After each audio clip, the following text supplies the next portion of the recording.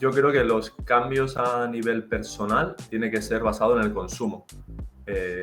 Todas las acciones que tomamos en nuestro día a día tienen que ir un poco centradas en la preocupación del cambio climático, ver de dónde vienen los productos, qué impacto tienen, a quién perjudica o en qué condiciones se fabrica ese producto. Creo que es de las herramientas más potentes y se incluye con la moda y la alimentación, que son de las cosas que más consumimos en nuestro día a día. Y mirando un poco podemos conseguir un beneficio o un aumento de la mitigación frente a las consecuencias del cambio climático.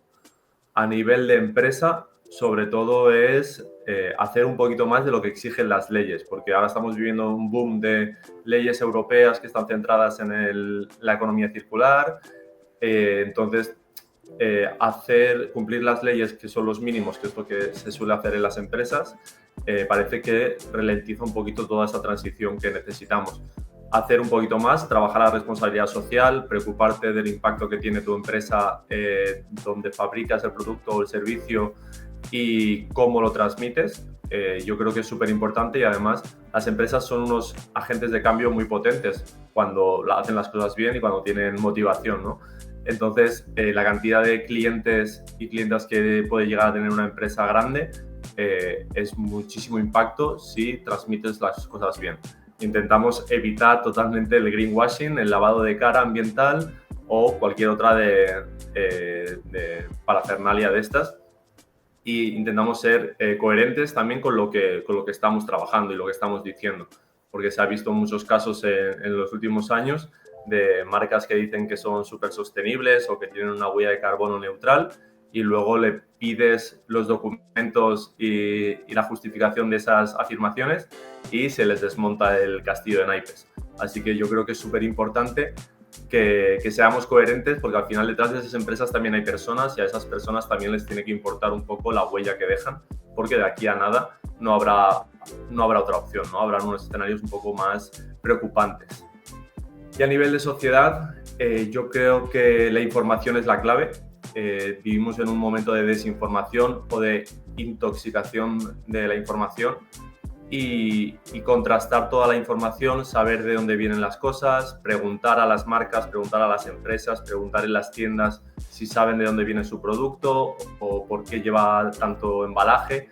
Todas estas cosas para mí son como el activismo del día a día, ¿no? Que es una cosa que me gusta mucho porque simplemente, por ejemplo, yo como experiencia personal, los bares, cada vez que voy a tomar un café fuera de casa, siempre pregunto si hay leche vegetal. Si no hay leche vegetal, pues me tomo el café solo. Entonces, desde mi punto de vista, es como que estoy haciendo un activismo en que cada vez que voy a un sitio pregunto y así en la empresa pues hace esa pregunta también y dice, ostras, pues no tengo, la próxima vez compraré y así tendré para ofrecer. Al final es como un poco generar esa demanda de cosas sostenibles.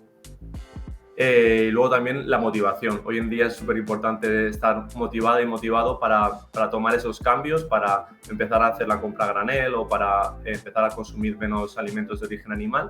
Entonces, lo que yo siempre he comentado en muchas charlas es que el cambio tiene que venir de una persona misma. O sea, no te pueden imponer el cambio porque al final cuando te imponen algo no lo coges igual, lo tienes que hacer propio y a partir de ahí empezar a hacer pequeños pasitos, ¿no?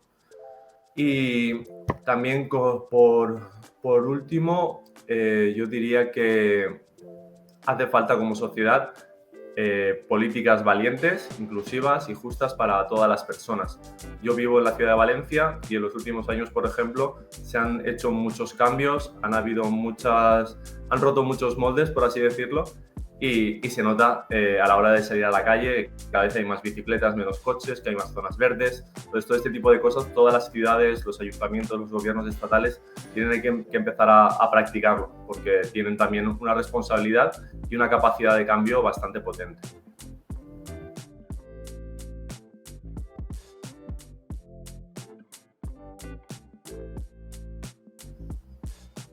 Pues yo no soy experto en energías renovables, pero sí que es verdad que desde el movimiento ecologista se está exigiendo mucho las renovables sí, pero no a cualquier precio, porque con el boom de la sostenibilidad que está habiendo, esta moda verde, todas las empresas enormes, grandes potencias eléctricas, están haciendo campañas de energías verdes y no siempre es del todo cierto, porque a lo mejor tienen un 13% de energía verde y luego siguen consumiendo combustibles fósiles. Entonces, desde mi punto de vista, creo que las eléctricas tienen que hacer un poco de trabajo personal, por así decirlo, y los usuarios, las usuarias o los que contratamos este tipo de servicio, tenemos que asegurarnos de dónde viene la energía, si estamos fomentando un modelo de combustibles fósiles o si estamos fomentando un modelo de cooperativa eléctrica. Entonces, a mí me interesa mucho todo ese sistema a nivel de usuario para mi casa y creo que es muy importante informarse, porque muchas empresas no tienen ese ejercicio de transparencia en sus páginas web y es importante mirar información. Y luego también hay un impacto muy bestia a nivel paisajístico con estos grandes parques eólicos o grandes parques de fotovoltaica que tienen un impacto y que están destrozando el turismo rural de esta España, que lo último que necesita es que la vaciemos un poco más. Entonces, es muy importante que las empresas sean responsables, que el Estado ponga ciertos límites para que no se den luz verde a estos macroproyectos energéticos y sobre todo buscar alternativas. Una vez más, traigo los ejemplos de mi experiencia y de mi ciudad. Aquí se están trabajando con la fuerza hundomotriz, que es el de las olas, y la energía de la marea, entonces la maremotriz. Entonces, las ciudades costeras tenemos mucho potencial en ese sentido, por supuesto sin impactar en los fondos del mar y ni impactar en las líneas de migración de muchas especies, pero haciendo las cosas bien y con conocimiento se pueden hacer cosas muy interesantes y súper productivas. Enfrentarnos al problema de sostenibilidad o del cambio climático al que nos estamos enfrentando estos años, todo lo que podamos quitarnos de dependencia energética de combustibles fósiles nos va a ayudar a nosotros y a las generaciones que vendrán. Entonces, el consumo, una vez más, vivimos en un sistema de consumo, entonces casi siempre aterrizo en el consumo y el consumo es súper importante de controlarlo y ya no es que consumamos mucha energía verde, sino que aprendamos a consumir menos de la energía verde.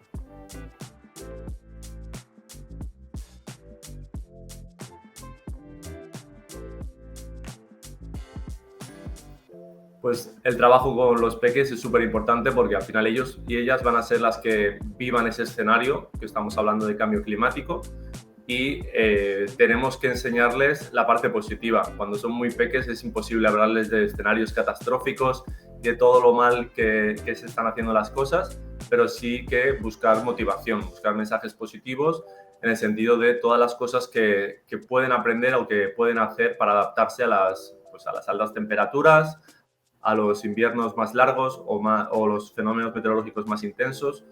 Centrarnos sobre todo en los pequeños gestos que desde su casa, desde sus familias pueden llevar a cabo. Pues, una vez más, comprar a granel, reducir el consumo de productos de origen animal e intentar reutilizar y alargar la vida de los productos, porque una de las cosas también que contaminan mucho es esta economía lineal, ¿no? De cuando se te rompe la lavadora o la nevera, pues en vez de tirarla, intentar repararla. O la ropa, cada vez que se nos rompe algo, antes zurcíamos y remendábamos para reparar la ropa y alargarla más, y ahora rápidamente la descartamos y compramos una nueva porque es mucho más barata o cuesta menos tiempo, que al final es también otra moneda de cambio.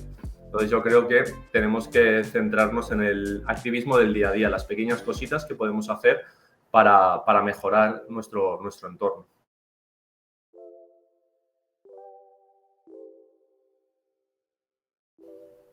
Esta pregunta es muy difícil.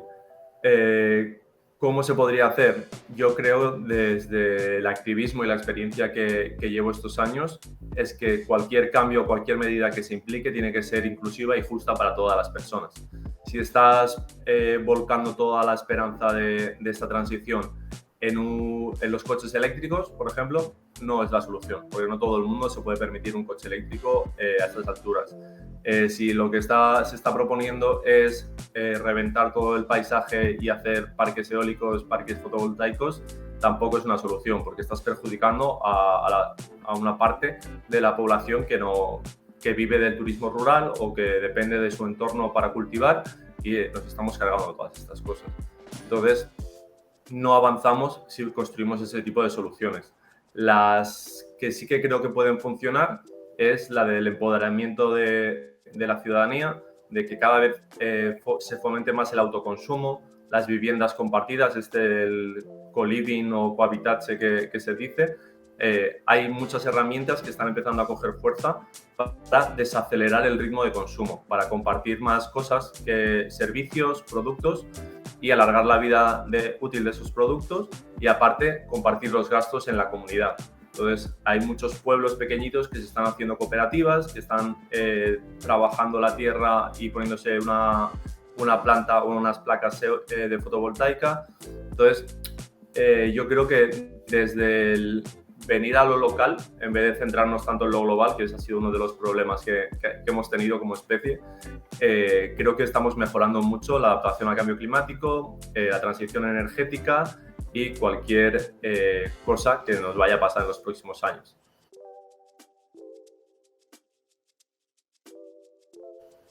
Partiendo de la base que sostenible al 100% no se puede ser, yo creo que sí, porque llevo desde el año 2012 organizando voluntariados de playa, haciendo educación ambiental, cambié mi dieta por la vegana, ¿vale? Origen vegetal todo, y utilizo la bici como transporte. Soy muy coherente, a muy pesar mío, soy muy coherente con todos los valores y con todo el trabajo que estoy haciendo, porque creo que se predica con el ejemplo y pues mi vida en su totalidad está centrada en ese mensaje, ¿no? Intentar hacer el menos impacto posible en el planeta, de no perjudicar a otras personas al otro lado del mundo por mi capricho o por mi consumo. Y soy muy consciente de los sacrificios que tengo que hacer para reducir mi huella en el planeta. Comprando a granel la mayoría de las veces, lo digo, no soy perfecto, también compro en supermercados y tengo plásticos, tengo cubo para tirar los embalajes de plástico, como todas las personas, pero sí que intento reducir esta producción de este residuo, ¿no? En concreto. La bicicleta, participar de asociaciones e intentar implicarme en la comunidad. Entonces, como que me gusta mucho meterme en muchos fregados y siempre con el tinte de sostenibilidad, de veganismo, de activismo, porque creo que son como tres palabras, tres valores que me definen bastante bien.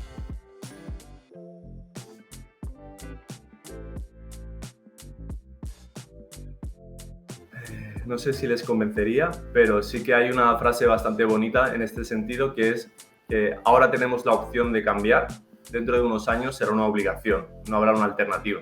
Entonces es muy interesante hacer ver a las personas mediante la información, los hechos o simplemente apelando a sus emociones o algo que le pueda llamar más la atención, de que en los próximos años va a haber un cambio de paradigma, de escenarios que no van a ser muy cómodos. Estamos viendo los volcanes, las tormentas, las sequías, las olas de calor. Cada vez los tomates cuestan más dinero, el aceite de oliva cuesta más dinero, la cerveza tiene pinta de extinguirse o de costar muchísimo más de lo que cuesta ahora, de lo que estamos acostumbrados. Entonces, creo que comentando y hablando en cada oportunidad, en cada foro que tengamos, hablando sobre este impacto del cambio climático, de lo largo que ha sido el verano, de lo cara que está la cerveza, todas estas conversaciones nos ayudan a darnos cuenta de lo que está pasando. Y una vez conocemos el problema, depende ya, casi siempre suele haber un giro de, vale, pues voy a intentar reducir esto o voy a intentar dejar de consumir este producto, voy a consumir este producto que es mucho más local o menos impacto. Y de esta manera, con esos pequeños gestos, podemos conseguir muchas cosas. Hay una frase por ahí también y un pensamiento que es que no necesitamos personas perfectas, necesitamos activistas imperfectos. Que cada persona haciendo pequeñas cosas en sus círculos, en su entorno, ya es un gran avance, porque antes no había ese tipo de cambios. Cada persona que se toma en serio, yo por ejemplo, en todos los trabajos de los que he participado, yo era el hippie pesado, que vasos de plástico no, separemos los residuos para poder luego gestionarlos de forma correcta. Yo era el que hacía un poco la presión y al final cada uno traía su taza de casa, se bebía el agua de la garrafa con su taza, habían como 6 cubos en la empresa donde yo estaba y los 6 cubos se respetaban y enseñábamos a reciclar, a separar en origen a todo el mundo. Y esos pequeños gestos, esa pequeña motivación que intentas contagiar cada día a todas esas personas. Creo que de esta manera podemos motivar a mucha más gente, ¿no? Y hacer efecto dominó.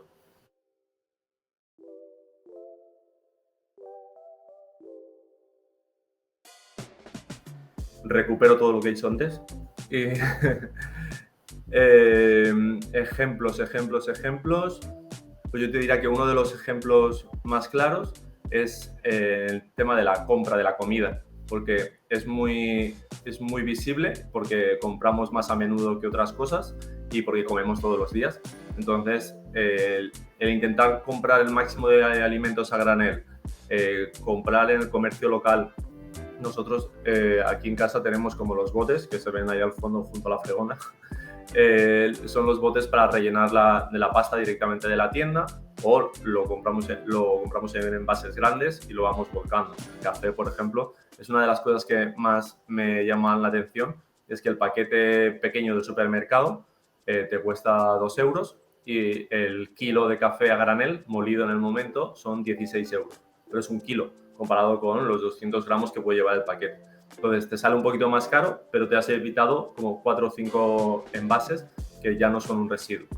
Entonces, esas pequeñas cosas creo que son súper importantes y aunque parezcan nimias súper pequeñitas, tienen un impacto porque se convierten en un hábito, ¿no? Al final, incorporando pequeños cambios a nivel de economía circular, pues intentar reutilizar. Nosotros fuimos papá hace 2 años, papá y mamá, y hemos heredado el 80% de la ropa. Algunas las hemos tenido que arreglar, otras no se podían utilizar y las hemos donado, pero sí que es importante reutilizar, comprar de segunda mano, que también son hábitos que suelen funcionar muy bien. Y ahora que la segunda mano está tan de moda, creo que es una oportunidad muy fácil de incorporar en nuestro día a día. Y a la hora de electrificar, en casa pocas cosas puedes hacer, pero sí que a lo mejor contratar la empresa de energía verde. Si es una cooperativa mejor, pero si es una empresa que te certifica que el 100% de la energía es verde, pues es un cambio bastante bestia. Y además así equilibramos un poco la balanza con las grandes eléctricas. Y creo que sobre todo son el voto económico, el tomarnos en serio cada decisión de consumo que hacemos. Pensar si realmente lo necesitas, si lo puedes descartar o si lo puedes rechazar, y a partir de ahí, pues, comprar lo que realmente necesitas, ¿no? Porque vivimos en una sociedad que nos empuja hacia consumir y nosotros tenemos que pisar un poco el freno y decir, vale, tú quieres que compre este tipo de ropa, pero necesito saber de dónde viene, cuánto me va a durar y todo esto. Entonces, pues, una vez tienes toda la información y ahí tomas las decisiones correctas, ¿no? O más correctas.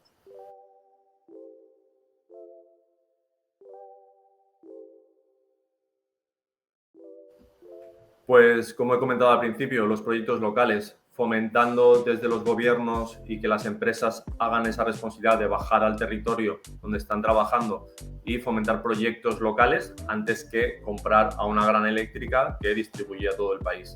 Eso tiene muchísimo menor impacto, muchísimo menor coste, y de esta manera estamos generando también puestos de trabajo, pues porque estás generando negocio en el territorio, y es una forma más justa y más equilibrada para hacer esa transición.